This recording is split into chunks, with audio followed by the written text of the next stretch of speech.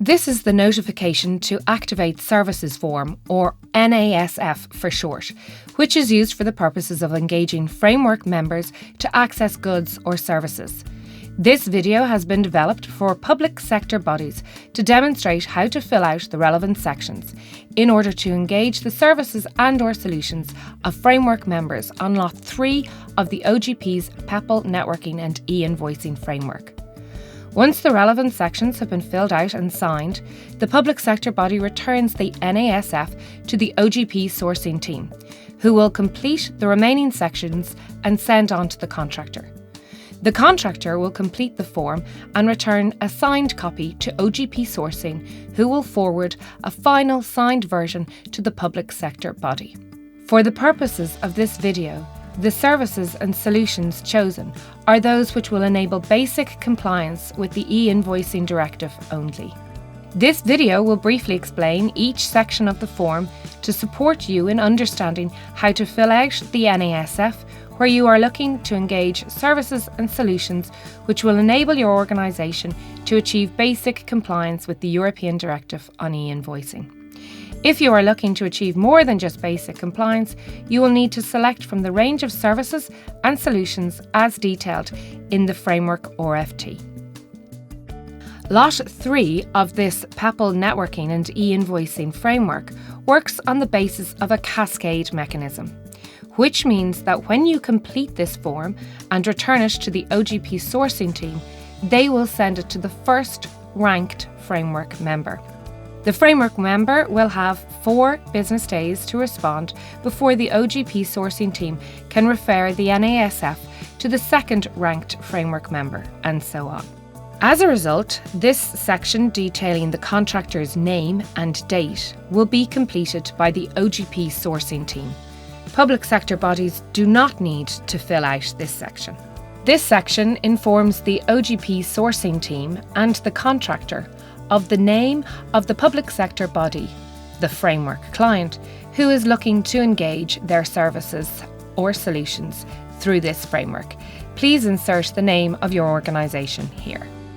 This is the date from which you would like to activate the services, from when you want to start working with or drawing down the services with the contractor. Please ensure you fill in the relevant date. Simply for illustrative purposes, we have chosen the following date. Part A of the NASF needs to be filled out in full by the organisation engaging the services or solutions, the framework client, as detailed in the above paragraph. Please insert the relevant date when filling out the form. Please fill in the name of the contact person in your organisation, usually the authorised signatory officer, with the approval to call off these services. Please fill in a contact email address for the contact person. OGP sourcing will fill in this section. Therefore, public sector bodies do not need to fill out this section. This is the section where you indicate your organisation's specific service or solution requirements as per the services detailed in the RFT. For the purposes of this sample NASF, the requirements include services to reach basic compliance with the European Directive on E-invoicing as follows. If you would like additional services, such as training, you can choose the consultancy services as detailed in the RFT. Additionally, if your organisation is adopting a more integrated approach to e-invoicing, you will need to insert the relevant services as detailed in the RFT. Sections 1 to 3 should be completed with your organisation's Data Protection Officer and should provide details relating to the relevant information that would be contained in an e-invoice, as well as the nature and purpose of the processing of information to inform the contractor.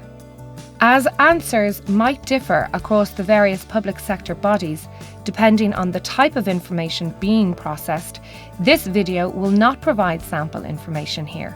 However, an indication of the type of information public sector bodies should consider is outlined here.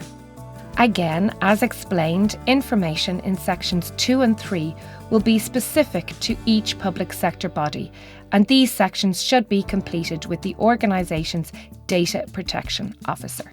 Please insert here the date of expiry of the contract.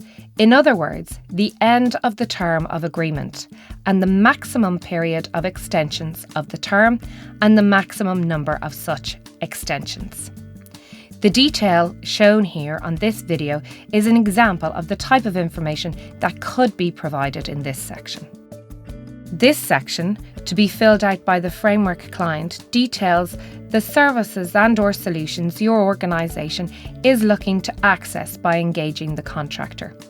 So similar to the PEPL networking and e-invoicing requirements section above, please list the relevant services.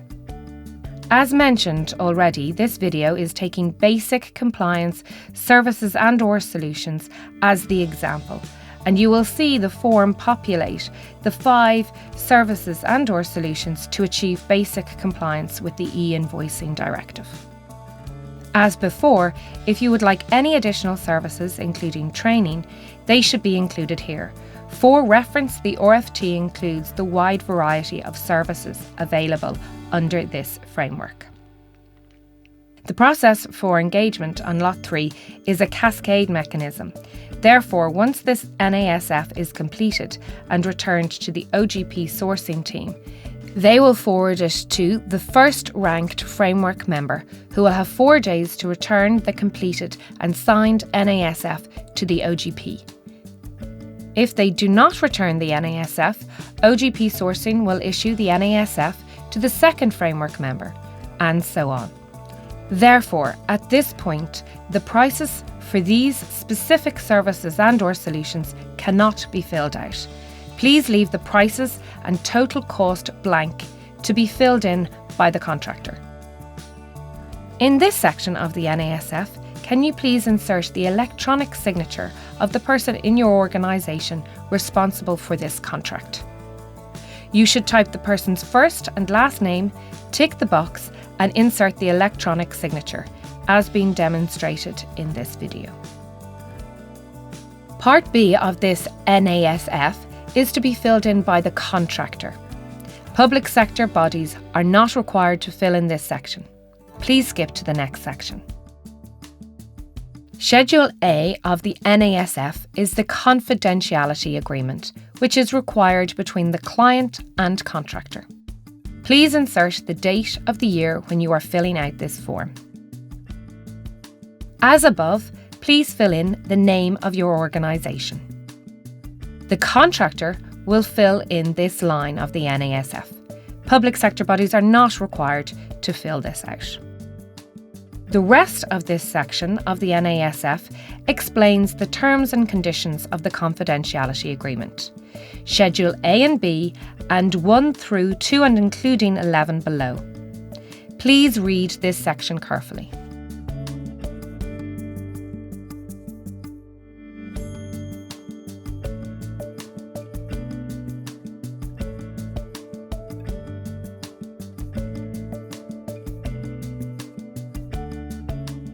We have reached the end of the confidentiality agreement, and this section of the NASF requires wet signatures from both parties. Public sector bodies should only concern themselves with the left-hand side of the table. The right-hand side is for the contractor to sign. Public sector bodies should provide the wet signature of the authorised officer for this NASF agreement. Electronic signatures are not permitted for this section of the document. The wet signature of a person witnessing the authorised officer sign the box above should be signed here. If you have reached this point in the NASF and filled out all the relevant sections above as per the description and examples provided in this video, you are now ready to send the NASF to the OGP sourcing team. Finally, this section is for the contractor to complete and not necessary for the framework client. Thank you for taking the time out to view this video. If you found this video demonstration helpful or have any feedback for the E-invoicing Ireland team, please contact us at e-invoicing@ogp.gov.ie.